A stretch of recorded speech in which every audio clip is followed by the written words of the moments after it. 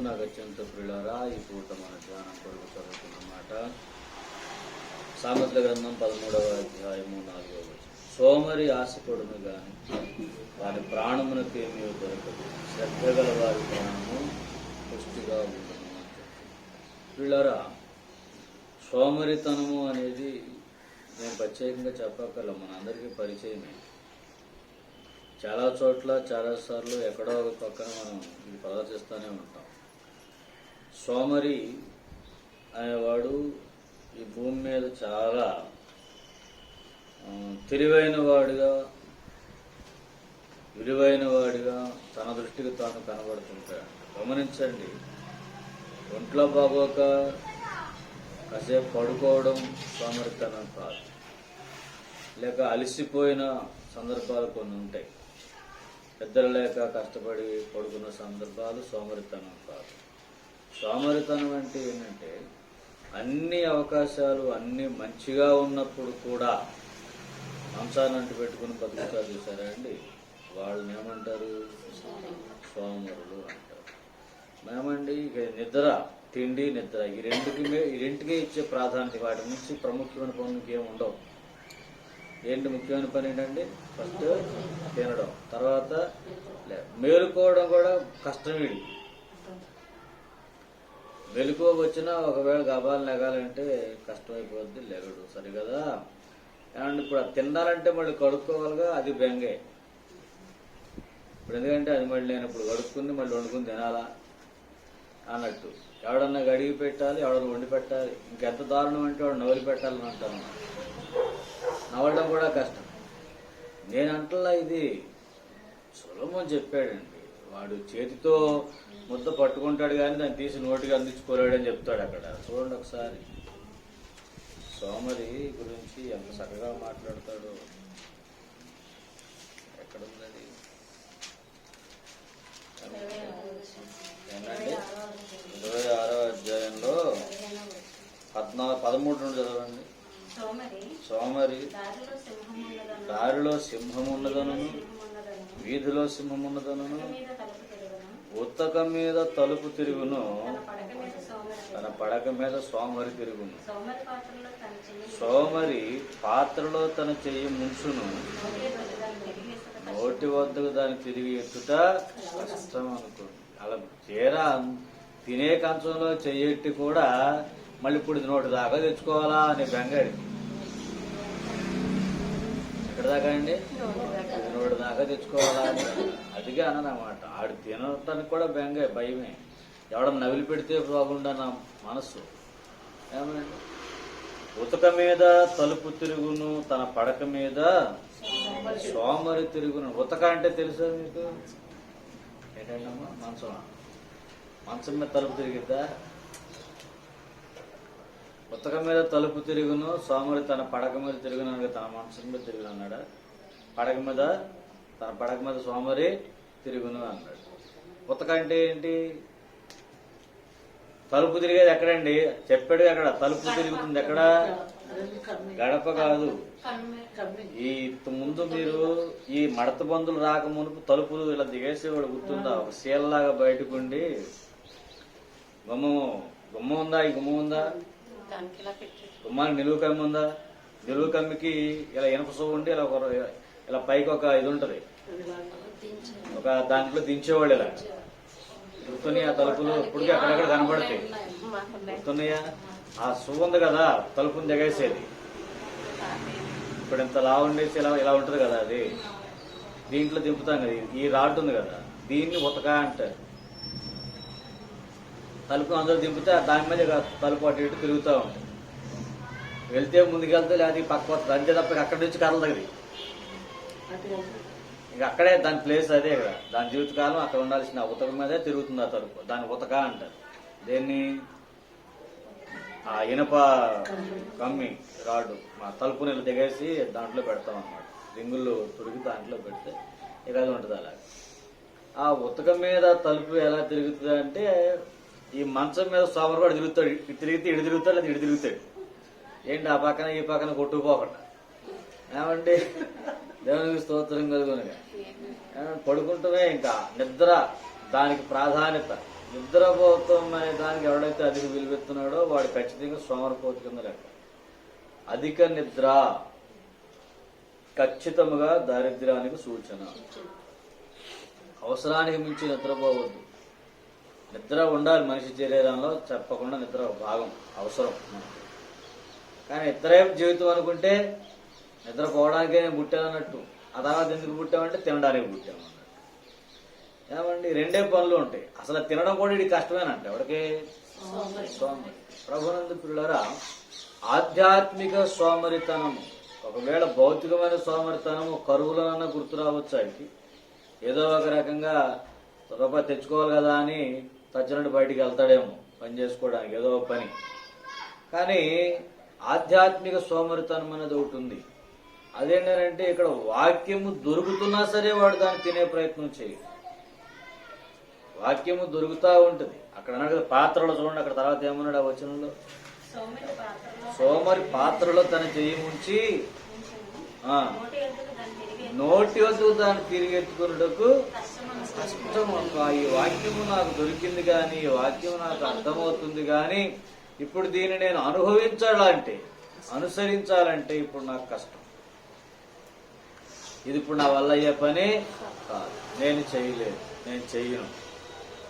పిల్లరా, దేవుని యొక్క వాక్యము, దేవుని యొక్క సత్యం మన దగ్గరకు వస్తున్నప్పుడు, దేవుని గురించిన జ్ఞానం మన దగ్గరకు వస్తున్నప్పుడు, దాన్ని అనుసరించే విషయంలో మనం సోమరిగా బతికితే, ఏమండి, ఎంతగా దేవుని వాక్యం మన దగ్గరకు వస్తున్నా సరే ఎక్కడో ఒక చోట మళ్ళీ మనం ఈ సోమరితనాన్ని ప్రదర్శిస్తూ ఉంటాం. దేవుని నిన్ను ఎందుకు పిలిచాడు అసలు? ఏమండి, దేవుని దగ్గర మనకున్న పాత్ర ఏంటి, ముందు మన పని ఏంటి, దాని మీద మనస్సు ఉండదు. అక్కడక్కడే ఏదో ఒక వంక, అక్కడేమంటాడంటే దారిలో సింహం ఉంది, నేను అవును ఇప్పుడు బయట ఏదన్నా పని చేయమని చెప్తే దానికి ఏదో ఒక వంక చెప్పు. వీధిలో సింహం ఉంది, దారిలో సింహం ఉంది, అదిగో మన ఇంటి గుమ్మంలోనే సింహం ఉంది, అందుకే నేను లోపల ఉండిపోయాను, లేకపోతేనా ఈ పాడి దేశం తిరిగి వచ్చేద్దాం.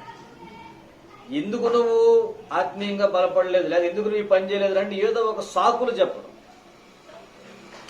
వాడి బుద్ధి సోమరితనం. వాడి పనిచేసే ఉద్దేశము లేదు. తినడం, పడుకోవడం, హాయిగా శుభ్రంగా చేసుకొచ్చి పెడితే తిని పేర్లాడుతుంటాడు అనమాట. అది ఉంటే తప్పించి వాడికంటూ వాడే పని చేయడు, సావడు. పైగా ఏదో మరి పని చేయవచ్చు కదరా అంటే ఈ వంకలు అనమాట. ఏం వంకలయ్యి?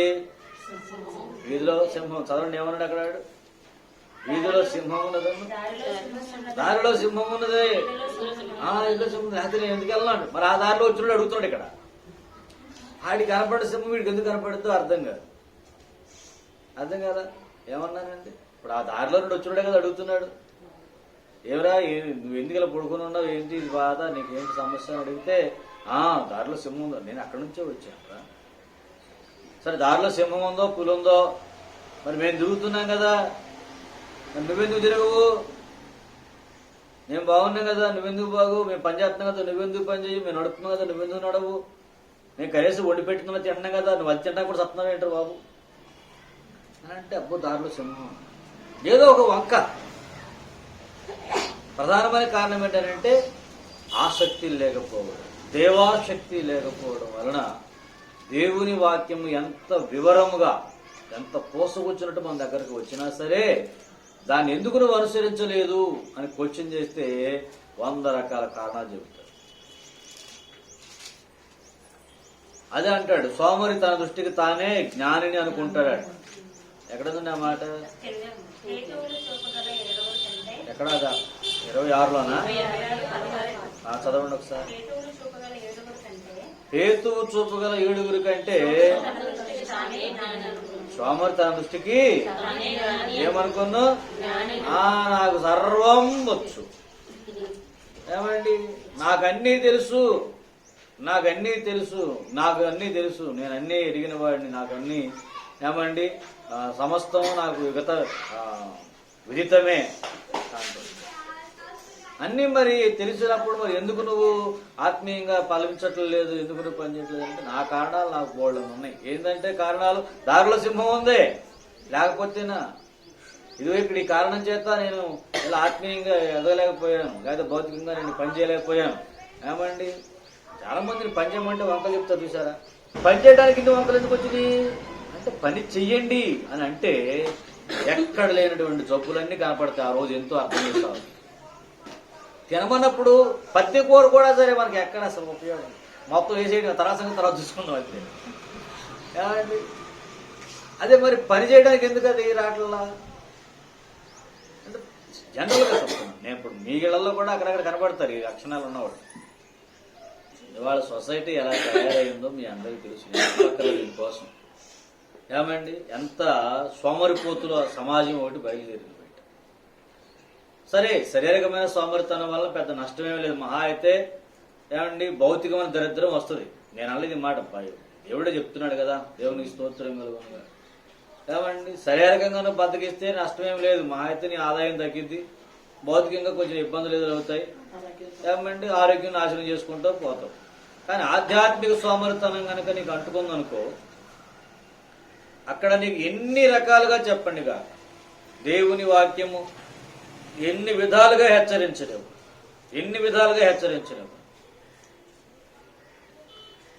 ఎందుకు నువ్వు ఆత్మీయంగా ఎదగడం లేదు? నీ తోటి వారు ఎదుగుతున్నప్పుడు, నీకంటే వెనక వచ్చిన వారు ముందుకు వెళుతున్నప్పుడు. ఏమండి కడపటివారు మొదటివారు అంటే ఈ కడపటివాడు మొదటికి వచ్చేసాడు ఎందుకో, ఈ మొదటివాడు కడపటికి పోయాడు ఎందుకో కారణం ఇక్కడ కనపడుతుంది మనకి. ఆధ్యాత్మిక సోమరితం. ఏంటండి ఆధ్యాత్మిక సోమరితం. ఒకప్పుడు ఎంతోగానో ఎదిగిన వారు బలపడుతున్న విశ్వాస జీవితము సడన్ గా బ్రేక్ అయ్యి అభివృద్ధి అనేది ఆగిపోతూ ఉంది. కారణం ఏంటంటే దేవునితో సమాధానపడడం, దేవునితో కలిసి నడవడం అనేది కష్టమైపోతుంది. దేవుని వాక్యం మనకు దొరుకుతుంది, దేవుని సత్యం మనకు దొరుకుతుంది. అయినా సరే నువ్వు ఎందుకు ఎదగలేదు అని అడిగితే మన దగ్గర కారణాలు ఉన్నాయి కుప్పలు చెప్పలుగా. అందుకని హేతువు చూపగల 7 కంటే కూడా సోమరితన దృష్టికి తానే జ్ఞానిని అనుకోను. విషయం ఏంటి చెప్పమంటారండి? జ్ఞానము ఉంటుంది. దేనికి జ్ఞానం ఉంటుంది అంటే పని కొట్టడానికి జ్ఞానం ఉంటుంది. ఎందుకు నువ్వు ఆత్మీయంగా ఎదగలేని పరిస్థితి అంటే కారణాలు 100 కారణాలు చెప్తారు. లోకంలో పాపులను అడిగినా వాళ్ళు 100 కారణాలు చెప్తారు. నువ్వు పరిశుద్ధ జీవితంలోకి వచ్చి, విశ్వాస జీవితంలోకి వచ్చి నీ దగ్గరికి వాక్యము వస్తూ ఉంటే పుంకానుపుంకలుగా ఎందుకు ఎదగలేకపోయావు నువ్వంటే నువ్వు చెప్పే కారణాలు ఏంటో పరీక్షించు. అవి దేవుని న్యాయపీఠం ముందు నిలబడతాయా నువ్వు చెప్పే కారణాలు? సోమరి వినబడుతుందా నా మాట? ఏమన్నాను నేను? నువ్వు ఆధ్యాత్మికంగా ఎదగలేకపోవడానికి నువ్వు చెబుతున్న కారణాలు దేవుని న్యాయపీఠం ముందు నిలబడతాయా?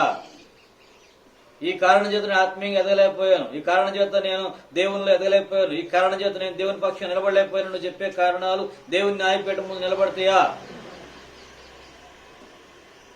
దేవుని వాక్యం నీ వద్దకు వస్తున్నప్పుడు నువ్వు దేవుని వాక్యమును హత్తుకోకపోవడం ఒక తప్పు, దేవుని వాక్యం వెంబడించకపోవడం ఒక తప్పు, వాక్యమును పక్కకు తోసేసి నీకు తోచినట్టు బతకడం ఒక తప్పు, దేవుని సత్యము పక్కన కనబడుతూ ఉంటే లోకం కోసం పాకులాడి చెడిపోవడం ఒక తప్పు. ఇవన్నీ తప్పులు చేసుకుంటూ బతుకుతూ దేవుని ఎదగకపోవడానికి కారణం చెప్పేది ఏంటి చెప్పు? అసలు నీ స్వయం లోకములో ఎదగడానికి ఉపయోగపడింది కదా, మరి దేవుళ్ళు ఎదగడానికి ఎందుకు ఉపయోగపడలేదు? అది లోకంలో ఎదగడానికి చాలా తెలివితేటలు వాడుతున్నాం కదా, లోకంలో బలపడడానికి, లోకంలో స్థిరపడడానికి, లోకంలో గొప్పవాళ్ళం అనిపించుకోవడానికి చాలా తెలివిని వాడుతున్నాం కదా. మరి పరిశుద్ధాత్మ అభిషేకం పొందడానికి ఏం వాడాం? దేవుని ఆత్మతో కలిసి బతకడానికి ఏం వాడాం? దేవుని సత్యము నిలబడడానికి ఏం వాడాం? దేవుని చెప్పినట్టు నడవడానికి ఏ తెలివిని వాడాం? ఆటికాడికి వచ్చేది కష్టమైపోతుంది మనకి. మనం పాపుల లిస్టులో ఉన్నాం, గుర్తుపెట్టుకో. మన పరిశుద్ధుల లిస్టులో లేమిటి కూర్చుని వచ్చినంత మాత్రం పరిశుద్ధులు కాదు, పరిశుద్ధురాలు కాదు. ఎందుకంటే నీ ఆధ్యాత్మిక జీవితంలో నీ బ్రతుకులు చెక్కబడవలసినవి, పెరకవేయవలసినవి, నాటవలసినవి, కట్టవలసినవి, కోల్చవలసినవి ఎన్నో ఉన్నాయి. వాటి విషయంలో మనకు శ్రద్ధ లేదు. భౌతిక జీవితం విషయంలో విపరీతమైనటువంటి ఆసక్తి. మనమే మళ్ళీ వాక్యం చెబుతాం, ఒకడు లోకమంతా సంపాదించుకుని తన ప్రాణమును కోల్పోతే వారికి ఏమి ప్రయోజనము అని యేసయ్య చెప్పాడు కదా. చెప్పాడా చెప్పలేదా? మీరు ఎప్పుడన్నా ఒక మాట విన్నారా? ఇది ఎప్పుడన్నా ఏం బాబు ఎప్పుడు విన్నారా? ఏం లేదా అండి? వినబడుతున్నారా మాట? అర్థం కావట్లేదా? ఏమన్నాను నేను? ఏమి అన్నాడా యేసయ్య? అన్నాడు అన్నానా? ఈ మాట మనకు తెలుసా అండి? ఇవాళ మన ప్రయాస దేనికోసం ఉంది? ఒక మాట చెప్పండి నాకు. యథార్థవంతులైతే మీరు నిజం చెప్పండి. మీరు ఈ లోకములో కష్టపడుతున్నంతగా, మీ భౌతికమైన పోషణ వరకు మీరు శ్రమ పడుతున్నంతగా, ఈ లోకంలో స్థితి స్థానాల కోసం మీరు కష్టపడి శ్రమపడి మీరు ఇచ్చిన ప్రాధాన్యత మీ ఆధ్యాత్మిక ఎదుగుదలకు మీరు ఇచ్చారా? మీ భౌతిక ఎదుగుదలకు మీరు ఇచ్చిన ప్రాధాన్యత, మీరు చూపుతున్న ఆసక్తి మీ ఆధ్యాత్మిక ఎదుగుదలకు ఉందా? రూపాయి పోతే ప్రాణం పోతుంది అన్నటువంటి దిక్కుమాలి బతుకులో ఉన్నాము. ఒకడు దేవునికి నీ శ్రీకి దాసుడు కాదని దేవుడు స్పష్టంగా చెప్పాడు. చెప్పాడా చెప్పలేదా? ఆ మాట మీ దగ్గర ఎక్కడుంది? మన వ్యక్తిగతమైన బతుకులు అది ఉందా అంటారా? ఉందా లేదా? ఎవరు కూడా పరీక్షించుకోవాలి. మన ఆధ్యాత్మిక జీవితం మీద మనం పెడుతున్న శ్రద్ధ ఎంత అని అడుగుతున్నా. మన విశ్వాస జీవితం మీద మనం పెడుతున్న శ్రద్ధ ఎంత? మన భక్తి జీవితం మీద మనం పెడుతున్న శ్రద్ధ ఎంత? లోకం మీద మనం పెడుతున్న శ్రద్ధ ఎంత? విడిచిపోవాలని తెలిసి కూడా వాటి మీద శ్రద్ధ పెడుతూ రక్తము గార్చి ప్రాణం ఇచ్చిన వాడిని పక్కన పెట్టి దేవుని ఆలోచనలని నష్టాలుగా ఎంచుకుని లోకాన్నేమో ఇష్టముగా ఎంచుకుని బతికే నీ బతుకు భక్తి జీవితమా? భక్తి జీవితం అని దేవుడు అంగీకరిస్తాడు ఆ భక్తిని? అర్థం కావట్లేదన్న మాట. ఏమంటున్నానండి? లోకమునకు నువ్వు అధిక ప్రాధాన్యతనిచ్చి భక్తులందరూ లోక నష్టంగా ఎంచుకున్నారు, మనమేమో భక్తిని నష్టంగా ఎంచుకున్నాం. విషయం అర్థమవుతుందా? ఏమన్నాను నేను? భక్తులందరూ లోకమును నష్టముగా ఎంచుకున్నారు, మనం మాత్రం భక్తిని నష్టంగా ఎంచుకున్నాం. ఈ రకంగా భక్తి చేస్తే నష్టపోతాం, ఈ రకంగా విశ్వాసంలో ఉంటే నష్టపోతాం, ఈ రకంగా దేవుడు చెప్పిందల్లా చేసుకుంటూ పోతే నష్టపోతాం.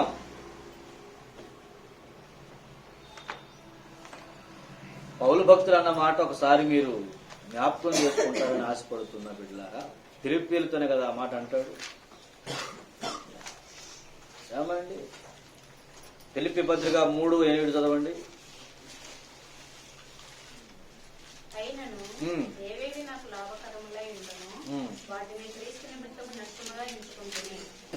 లాభకరములై ఉన్నవి నష్టముగా ఎందుకు ఎంచుకున్నాడు అంటారు? ఏవేవి నాకు లాభకరముగా ఉన్నవో వాటన్నిటిని క్రీస్తు విషయం నేను నష్టముగా ఎంచుకుంటుని.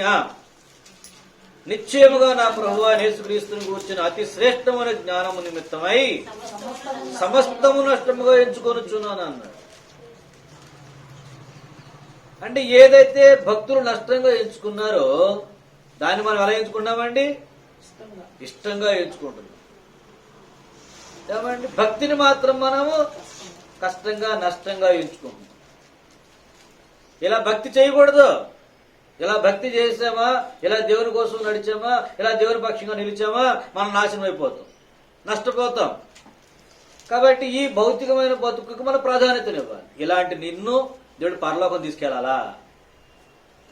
నువ్వు దేవుని కోసం చేస్తున్న ఆలోచనలను బట్టి నిన్ను చూస్తే దేవుడిని చూస్తున్నాడు చూడలేదు ముందు అసలు? నీ ఆలోచన ప్రపంచం దేవుడికి అర్థమవుతుందంటారా? నీ రహస్యంలో నువ్వేమి ఆలోచిస్తున్నావో దేవుడికి తెలుసా తెలీదా? తెలుసా తెలీదా? అయితే నువ్వు చేస్తున్న నీ ఆలోచనలు ఎరిగిన నీ దేవుడు నీ ఎడల కృప చూపగలడా? దేవుడు నీ మీద కృప చూపడానికి నువ్వు యోగ్యుడివేనా? నీ ఆలోచనలు దేవుని ముందర న్యాయంగా ఉన్నాయా? నీ నడవడిక దేవుని ముందర న్యాయంగా ఉందా? ఇప్పుడు చెప్తున్న మాట నీకు అర్థమవుతుందా? నిన్ను చూస్తున్న నీ దేవుడు రేపు నిన్ను ఆదుకోవాలంటే ఏ ముఖం పెట్టుకెళ్ళి ప్రార్థన చేస్తావు? ఏమని ప్రార్థన చేస్తావు? దేవాలయాన్ని దీవించట్లేదంటే ఎంత దీవించినా సరే నువ్వు నమ్మకంగా లేవు కదా. దీవించాలని దేవుడికి ఉంది, కానీ నువ్వు నమ్మకంగా ఉంటే కదా, యథార్థంగా ఉంటే కదా, నువ్వు దేవునికి భయపడి ఉంటే కదా, నువ్వు దేవుని మీద ఆధారపడి ఉంటే కదా. నీ సొంత తెలివిని వాడి దేవుడిని నష్టంగా పెట్టుకుంటున్నావు.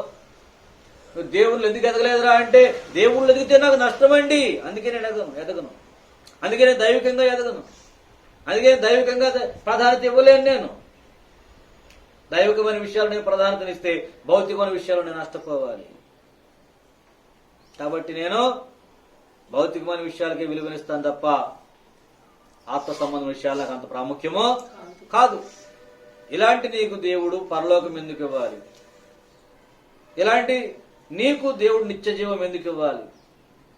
ఇలాంటి నీవు నిజముగా యేసు రక్తాన్ని ఆశ్రయించిన వాడువేనా, ఆశ్రయించిన దానవేనా నువ్వు? ఇవి మనం చెప్పం. ఆత్మీయ జీవితం ఎందుకు ఎదగదు అంటే కారణాలు ఎదుర్కొంటాం అనమాట. అంటే అందరికీ అర్థమయ్యే కారణాలు, అందరికీ తెలిసే కారణాలు, అయ్యో పాపం అనిపించుకునే రకంగా సింపతి కోసం పడే కారణం. సింపతి అంటే అయ్యో పాపం అలాగా అందుకే ఎదగలేకపోయేవా ఏమంటే జనాలు జారిపడేలాగా మాట్లాడ్డారు. ఈ సాగు తెలివితేట దేవుడికి తెల్లండి, తెలుసా తెలీదా? నీ బుర్రలో ఉన్నదంతా చూస్తున్నాడు ఆయన.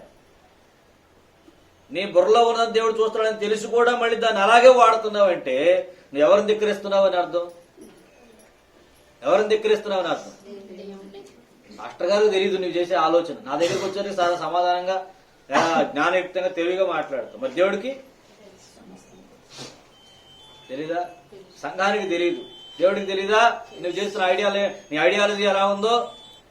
అంటే దేవుని భయం లేకుండా మనం చేస్తున్న ఆలోచనలు, దేవుని భయం లేకుండా మనం మాట్లాడుతున్న మాటలు, దేవునితో సంబంధం లేకుండా మనం బతికే బతుకు రేపు నిత్యత్వానికి పనికి వస్తుందా?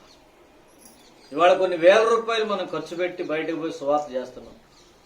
కొన్ని వేల రూపాయలు ఖర్చు పెట్టి జీవితం అంతా ఖర్చు పెట్టుకుని ఉన్నయన్నింటినీ అప్పులు చేసుకుని మరి వెళ్ళి దేవుని సత్యాన్ని ప్రకటించాలని మనం ప్రయాసపడుతుంటే చివరికి మనమే దేవుని జరుపుకోలేని దుస్థితిలో ఉన్నామంటే మనల గురించి ఎవడు జాలిపడాలి చెప్పండి? నా మాట అర్థం కావట్లేదా? మనమే సోమరులుగా ఉన్నాం ఆత్మీయ జీవితం ఎదగలేకుండా. ఇంకెవడనో మార్పని చెప్పారు రైట్, మనకి ఎక్కడిది?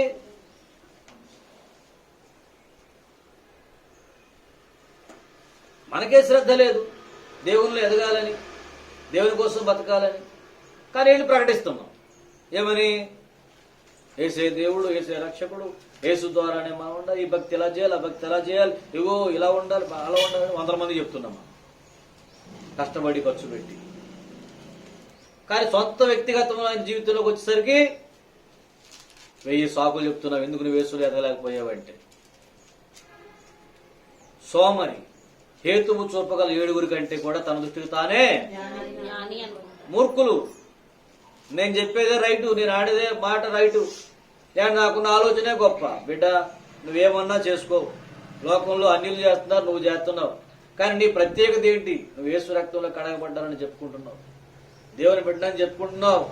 ఇంకా సోమరితనంగా నేను ప్రవర్తిస్తా ఉంటే ఉతక మీద తిరుగుతున్న తలుపుకు నీకు ఏంటి భేదము, తేడా ఏంటి అని అడుగుతున్నా. ఆ తలుపు కూడా అక్కడే ఉంటుంది బతుకాలం, ఎన్ని తరాలనా నువ్వు అలాగే ఉంటావు నీ బతుకాలం.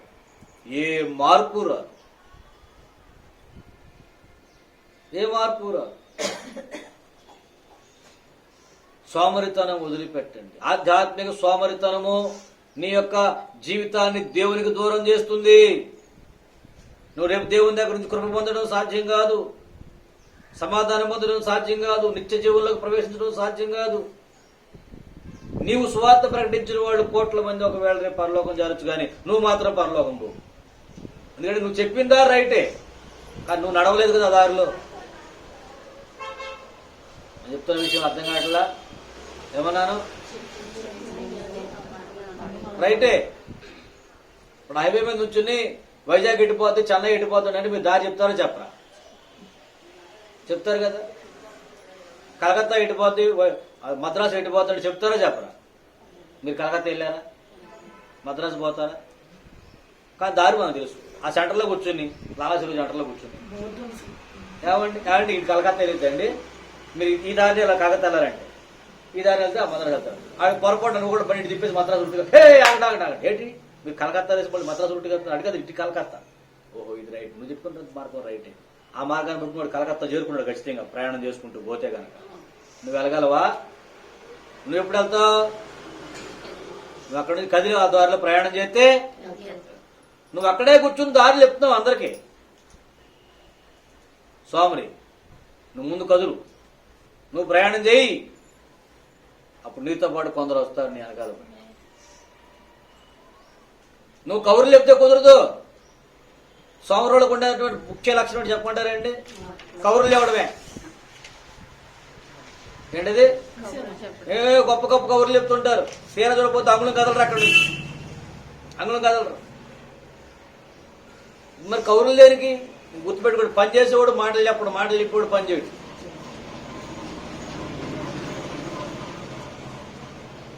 నేను చెప్పింది అర్థం కాదా? ఏమన్నాను నేను? మాట్లాడు, పని చేసేవాడు మాటలు చెప్పడు, చెప్పడానికి టైం ఉండదుగా. ఏమండి అదే మాటలు చెప్తూ ఉండేవాడికి ఇక్కడికి ఏ పని లేదు, ఇదే పని. ఆధ్యాత్మిక జీవితంలో కూడా అంతే. ఇంత అంత అని కబుర్లు చెప్పేవాళ్ళు ఎప్పుడు నమ్మొద్దు, నేను నమ్మను. కబుర్లు చెప్పేవాడు నేను నమ్మను. నువ్వు అడుగులు వేసి నడిచి చూపించు, అప్పుడు నమ్ముతా. ఇవాళకైతే రేపన్నా చేరుకుంటావు. కారు మీద వెళ్ళిపోయేవాడు గంటలో వెళ్ళొచ్చండి, బైక్ మీద వెళ్ళేవాడు గంటన్నరకు వెళ్తాడండి, నడిచి వెళ్ళేవాడు 2-3 గంటల కానీ వెళ్తాడండి. మొత్తం మీద వాడు ప్రయాణం జరగాలి కదా. స్లోగానో పాడో ఎదురంగా వెళ్తున్నాడు. గట్టిగా చెప్పాలంటే ఆ కారు మీద పోయి స్పీడ్గా అందుకున్నాడు కంటే నడిచి వెళ్ళేవాడు పొరంగా చేస్తాడు. ఆడికి ఆ పరిస్థితులు కూడా నడుస్తున్నా సరే గమ్యునికి చేరుతున్నాడు. దేవునికి స్తోత్రం కలుగునుగా. అదేది లేకుండా సెంటర్లోకి వచ్చింది, ఇది దారి నాకు అది తెలుసు ఇది తెలుసు అని కబుర్లు చెప్తా ఉంటే నువ్వు కదలప్పుడు ఎవడికి చెప్తే ఏం సుఖం అంటున్నా. నీ జీవితానికైతే మేలు లేదుగా, నీ జీవితానికైతే ఆత్మీయ అనుభవం లేదుగా. నేనే ఉన్నానండి ఇప్పుడు పాస్టర్ ప్లేస్లో కూర్చున్నా, మీ అందరికీ వాక్యం బోధిస్తున్నా, మీ అందరికీ సత్యం చెబుతూ ఉన్నా. ఇదే వాక్యము, ఇదే సత్యము, ఇదే ధర్మము, ఇదే న్యాయము, ఈ ప్రకారం మనం అందరం బతకాలని మీ అందరికి చెప్తున్నాను లేదా? చెప్తున్నాను కదా. మరి నేను ఒక అడుగనే కదలకుండా ఇక్కడే ఉన్నవాడిని ఉన్నట్టే పుట్టినప్పటి నుంచి ఎలా ఉన్నాను ఇప్పుడు అట్టాగే ఉన్నాను అనుకోండి.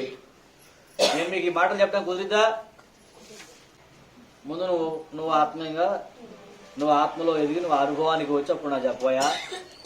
మా పాటర్ గారి సంగతి మా దేశం నేను కౌరులు చెబుతాడు తప్ప ఏమండి లోకం మీద ఆశ వద్దంటే ఆయనకు లోకం నిండా పీకల దాకా ఆశ. ఇప్పుడు నేనే ఇది కాదు అనుకుంటూ అది ఆశిస్తూ ఉన్నాను అనుకోండి, మీకు అర్థమవుతుంది. ఒక రోజు కాదు ఒక రోజు అన్నా నా క్యారెక్టర్ ఏంటన్నదే. మరి ఆయన అలాగుండేసి మాకు చెప్తారేంటి కౌరులు అంటే? కౌరులు మాత్రమే చెప్పాలి తప్ప కాలు కదపకూడదు. అది సంఘానికి అలవాటు అయిపోతుంది. కానీ ఇక్కడ పని చేస్తూ ఎదుగుతూ ఆధ్యాత్మిక జీవితాన్ని సాధకము చేసుకుంటూ దేవుని పోలికలకు మారాలనే ప్రయత్నం చేస్తూ ఆ ప్రకారమైన దారి నడుస్తూ ఉన్నప్పుడు ఆ మాదిరిని అనుసరించాల్సిన అవసరం సంఘానికి ఉంటుందా లేదా? దేవునికి స్తోత్రం చెప్పండి. మరి మీరు నడవాలి కదా, కబుర్లు చెప్తే ఎలా కుదురుద్ది? అంటే మనం సోమరులం కదా సార్, పని చేస్తామా అని చెప్పలా, పని ఎలా చేయాలో చెప్తాం అంతే. చెప్పింది అర్థం కాలే? నేను పని చేయను, పని ఎలా చేయాలో ఎలా ఉండాలో చెప్తా, నేనుండను. అందుకే ఎవడో ఆయన అన్నాడు, పాస్టర్ గారు చెప్పింది చేయాలంట, ఏమంటే చేసింది చేయకూడదంట. ఏంటి వాళ్ళు చెప్పిందే మీరు చేయండి తప్ప వాళ్ళు చేసింది మీరు చేయొద్దు. ఎందుకంటే వాళ్ళు చెప్తారు తప్ప చేసే రకాలు మీరు అదే రకమైన కోపం తీసుకెళ్ళి మీ పాస్టర్ గారు ఆ రకమా? మీ పాస్టర్ గారు కబుర్లు చేయడమే తప్ప ఆ ప్రకారం చేయడాము. మరి మీరెందుకు చేయట్లా? అంటే పాస్టర్ గారితో పాటు మేము చేసాం అనుకోండి, ఈ లోకల్లో మేము చెప్పట్టుకోవాలి. ఆయనలాగా మేము ఎందుకు చేస్తాం? ఆయనలాగా చేసే ఉద్దేశమే మనకు లేకపోతే మరి యేసులాగా ఇంకా అసలు చేయంగా. యేసులాగా చేసే ఉద్దేశం లేకుండా యేసు ఇంట్లో ఎలా ఉందో అనుకుంటున్నా?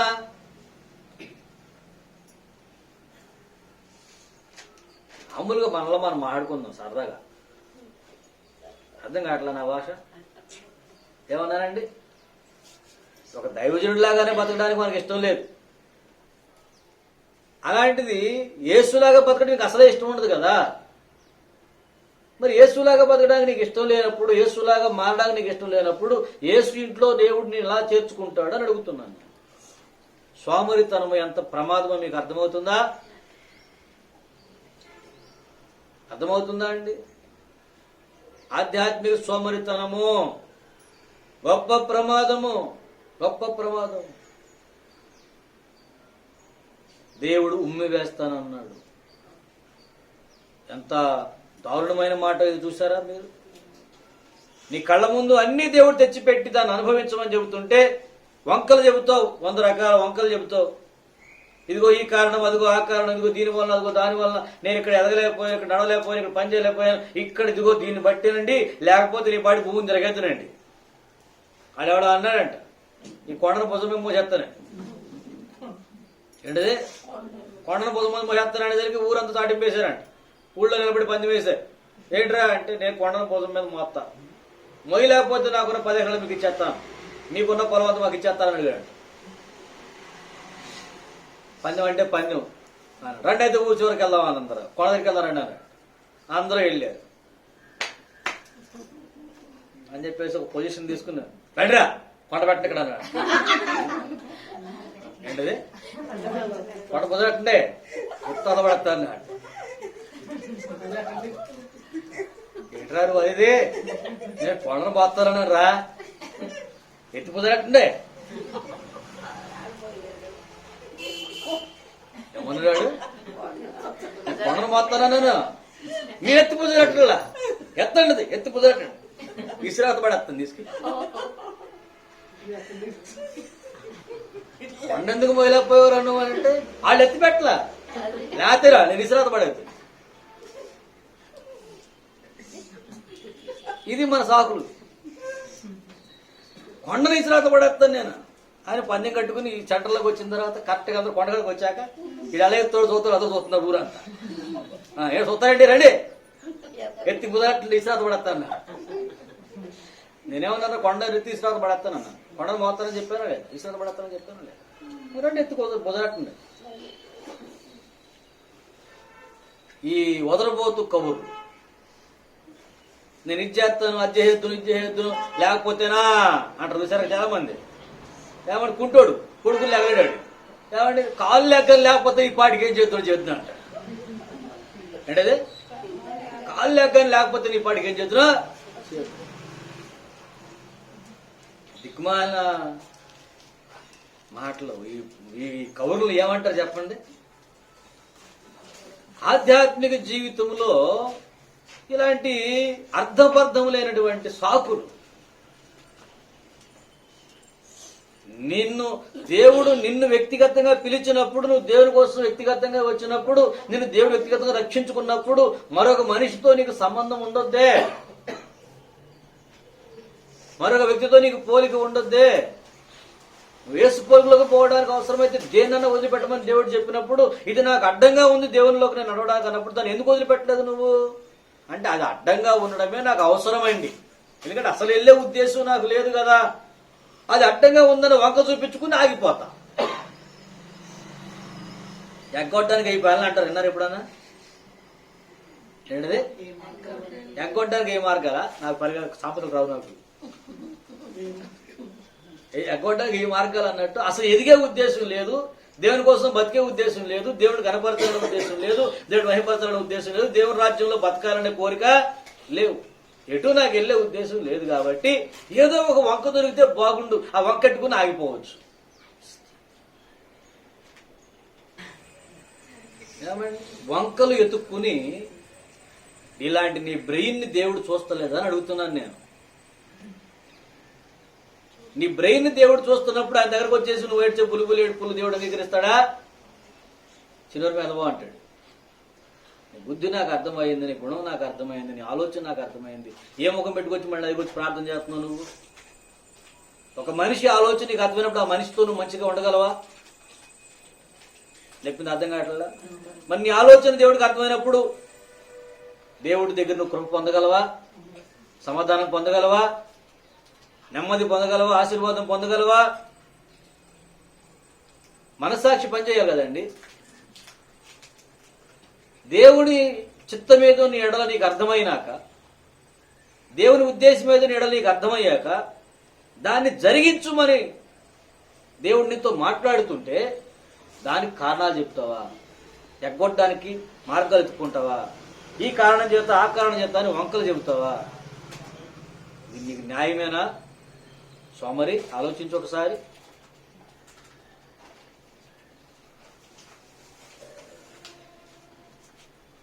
సోమరి వాని చేను కోసం చెప్పాడు బైబిల్లో. ఇక్కడే సామెత గ్రంథంలో ఉంటుంది, ఒకసారి చూడండి. అది చేను అట్లుంటుంది అంటేనంట పచ్చని పైరంట. ఏమా 24:32 చదవండి. 32 చదవండి. సోమరి వాని చేను నేను దాటి రాగా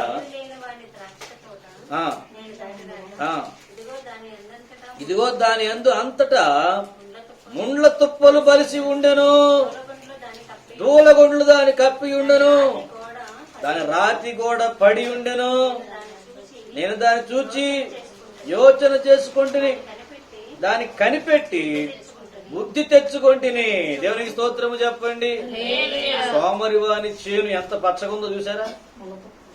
ఏమని అంటే లోపల ఏమండి ముండ్ల తుప్పలు బలిసి ఉన్నాయి. పైగా దూలగొండ్లు అంటే దురదగొండు చెట్లు అంటారు కొన్ని చోట్ల. ఆ జీవితం ఎందుకు అయింది అలాగా? ఆధ్యాత్మిక సోమర్తనం, బతుకు మార్చుకోవడానికి ఇష్టపడని మనుషుడు. ముండ్ల తుప్పలు ఉన్నాయి అంటే హృదయములో దేవ విరుద్ధమైన పంట పెరుగుతా ఉంది. ద్రాక్ష పంట రావాల్సిన చోట ముండ్ల తుప్పలు వస్తున్నాయి. ఏమండి ఒలివ మొక్కలు మొలవలసిన చోట ముండ్ల తుప్పలు మొలుస్తున్నాయి. అంజూరపు చెట్లు కాయవలసిన చోట దూలగొండ్ల చెట్లు పెరుగుతున్నాయి. ఎంత ప్రమాదమో చూసారా ఆధ్యాత్మిక సోమరితనం. వీటిని పెళ్లగించాల్సిన చోట నాటుతున్నామా మనం గాని? అర్థం కావట్లేదన్న భాష. ఏమన్నా నేను కొంతమందిని మనం ఏం అనక్కర్లా, ఏదన్నా సరే ఈ దొరదకుండా చెట్లు కట్టుకుంటానండి. నేను గోక్కోవడం నెత్తిరుచ్చేద్దా?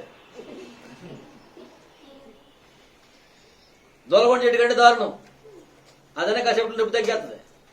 ఇది నప్పు తగ్గదు, రక్తాలు వచ్చేస్తాయి అంతే. చెవుల్లో నుంచో, నోట్లో నుంచో, ముక్కులో నుంచో, అది గుండెకాయలో నుంచో వచ్చేస్తుంది. అంటుకుంటే ముట్టుకుంటే. నీ బతుకలా ఉందా? నీ జీవితంలో శ్రేష్ఠ ద్రాక్షారసము లాంటి పంట, శ్రేష్ఠ ఒలివ తైలము తీయడానికి పనికొచ్చే పంట, రోగములు స్వస్థపరిచే అంజూరము నీ బ్రతుకులో ఉందా? అందుకోసమే దేవుడిని తయారు చేసుకుంది, అందుకోసమే దేవుడిని రక్షించుకున్నది. మరి ముళ్ళ తొప్పలో దూలగొళ్ళు పెరుగుతున్నాయి లోపల. నీ ఆధ్యాత్మిక జీవితం నువ్వే పరీక్షించుకోవాలి. నీ భక్తి నీకే విశ్వాసమును పెంచాలి, ధైర్యమును పెంచాలి. నేను దేవునితో ఇలా బతుకుతున్నాను, నా లోపల ఈ పంట ఉందన్న స్పష్టత నీకు రావాలి. ఇది సోమరి వాని యొక్క ఆత్మీయ జీవితం ఎలా ఉంది? నీలో ఏముందో నీకు అర్థం కాదు. ఇప్పుడు పంట వేసినోడికి ఆ చేలో ఏం పెంచుకుంటున్నాడు వాడికి తెలుస్తుందో తెలదా? పొద్దున్నే లేచి పాలటకు చేలోకి వెళ్ళిపోయి ఏమండి ఎంత ఎరువెత్తుకెళ్ళి వేసేస్తున్నాడు. ఏం పంట వేసేవారంటే ఏది పెరిగితే అది పెరిగిద్దండి. పిండి అయితే 2 రోజులు చల్లొస్తున్నా, పిండి చల్లి పురుగు మందు చల్లి అన్ని చల్లి వచ్చేస్తున్నాడు. ఏమంటే తొప్పలు మురుగుతుంది. ఏమండి తుమ్మ చెట్లు, ఈత చెట్లు, ఏమండి మర్రి చెట్లు, రాయి చెట్లు, ఏవి పడితే పిచ్చి మొక్కలు, ఈ పేరు చెప్పడానికి కుదరించే మొక్కలని పెరిగేస్తున్నాయి. ఏం చేస్తున్నారు దీంట్లో? రోజు చేలోకి వెళ్తుంటే పంట నా చేతి ఎలా ఉందో వాయించి తుప్ప. ఏమండి ఇలా చూస్తే కనపడుతుంది ఏపుగా పెరిగినాయి మా చేతులు. సరేలేరా అది పనికొస్తాయా? పంటకి తినడానికి పనికొస్తాయా? అమ్ముకోవడానికి పనికొస్తాయా అంటే నువ్వు అవన్నీ అడగొద్దు. చేలో పెరిగినయ్యా పెరగలేదా అది చూడాలి అంతే. నా చేను పచ్చకుందా లేదా అది చూడాలి. పనికొద్దా లేదా అని అనవసరం. అంటే ఆడు మీరు తెలివిని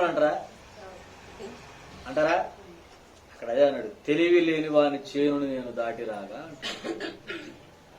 ఏం పెరుగుతున్నాయో కూడా తెలియదా నీకు? నీ జీవితంలో నువ్వు ముళ్ళ తుప్పలాగా పెరుగుతున్నావు, దూలగొండ చెట్టులాగా పెరుగుతున్నావు, ఆత్మ సంబంధమైన భక్తి సాధన చేస్తున్నావు, భక్తి సాధన పక్కన పెట్టి నీకు తోచినట్టు నడుచుకుంటూ పోతున్నావు. నీ వ్యక్తిత్వం ఎలా ఎదుగుతుందో నీకు అర్థం కాదా? నీ చేలో ఏ పంట ఉందో నీకు తెలియడం లేదా? నువ్వు నడుస్తున్నావు అని తెలియడం అంటే యేసుబాబుని మీద నమ్ముకుంటే సార్ నీకు ఏమి ఎదగడం అక్కర్లా, ఏపుగా పెరగడమే. ఏపుగా పెరగడం అంటే పిచ్చాంత మొక్కలు పెరుగుతున్నాయి అక్కడ. ఎందుకు పనికిరాని దూలగొండలు పెరుగుతున్నాయి? ఏమండి, ఎందుకు అక్కర్లేనటువంటి ముళ్ళ తుప్పలు పెరుగుతున్నాయి తప్ప ఆధ్యాత్మిక సంబంధమైన పంటనిచ్చేది లేదు. ఆత్మఫలం ఏంటి చెప్పండి? ఆత్మఫలం ఏంటండి? ప్రేమ, సంతోషము, సమాధానము, మంచితనము, దీర్ఘశాంతము, దయాళత్వము, ఏమండి సాత్వికము, ఆశ. ఈ పంట ఉందా మన దగ్గర? కోపము, అసూయ, ద్వేషము, పగ, ప్రతీకారము, ఏమండి ఈ శరీర కార్యాలు దాని పైన మొత్తం 13 కార్యాలు. కలహము, మత్సరము, అసూయ, ద్వేషము ఉన్నాయా లేవా? మనలో ఏం పెరుగుతుంది చెప్పండి? ఏం పెరుగుతున్నాయి మనలో? ఆ పంట పెరుగుతుందా? ఈ తంట పెరుగుతుందా? పంట కానీ పెంట అయితే పెరుగుతుంది. సంవత్సరం అయిపోతుందా? ఇదే సంవత్సరం మనం పుట్టి ఎన్నేళ్ళు అవుతుందండి? యేసు రక్తంలో మనం కడగబడి ఎన్నేళ్ళు అవుతుంది? చాలా ఏళ్ళు అవుతుంది. ఏ పంట ఉందమ్మా నీ దగ్గర? సోమరోడు చేనులాగా ఉన్నావా? శ్రద్ధ కలిగి ఫలిస్తున్నటువంటి దేవుని మంచి ద్రాక్ష తోటలాగా ఉన్నావా? ఎలా ఉన్నావు? చూడండి, ఇక్కడ సామెత గ్రంథంలోనే చూడండి, శ్రద్ధగా పనిచేయు వాడి కోసం మాట్లాడతాడు అక్కడ. 12:24 చదవండి.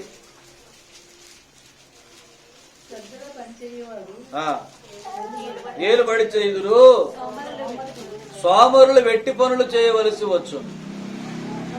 ఏమండి, శ్రద్ధ కలిగి పని చేసేవాడు ఏలుబడి చేస్తున్నాడు. సోమరిపోతే ఏం చేస్తాడంటే చివరికి, ఎందుకంటే ఎందుకు పైకి రాకుండా తయారయ్యాడు. వాడు చదువుకోరంటే చదువుకున్నప్పుడు చదువు లేదు, తర్వాత ఏదైనా పని అంటే పని లేదు, ఉద్యోగం లేదు. చివరికి ఎట్టి పనులు ఎందుకు పనికి రాని ఆళ్ళ దగ్గర ఏళ్ళ దగ్గర ఏ బోడుకోకుండా బతకడం, ఈ పనులు చేయాల్సి వస్తుంది. శ్రద్ధ కలిగి పని చేస్తే నీ తోట బాలపడుతుంది, నీ చేను బాగుంటుంది. ఏమండి, అక్కడ అన్నాడు, వాడు చేను చుట్టూ ఉన్న గోడ పడిపోయిందంట. అంటే రక్షణ గోడ పడిపోయింది. ఆ రక్షణ గోడ పడిపోతే లోపలికి అన్నీ వస్తాయా రావా? కుక్కలో, పిల్లులు, ఎలకలో, పందులు అన్ని వస్తాయి. ఒకటే కర్మ, ఏది రావాలంటే అది వస్తుంది. అందుకే మన లోపల అన్ని జంతువులు కనబడతాయి.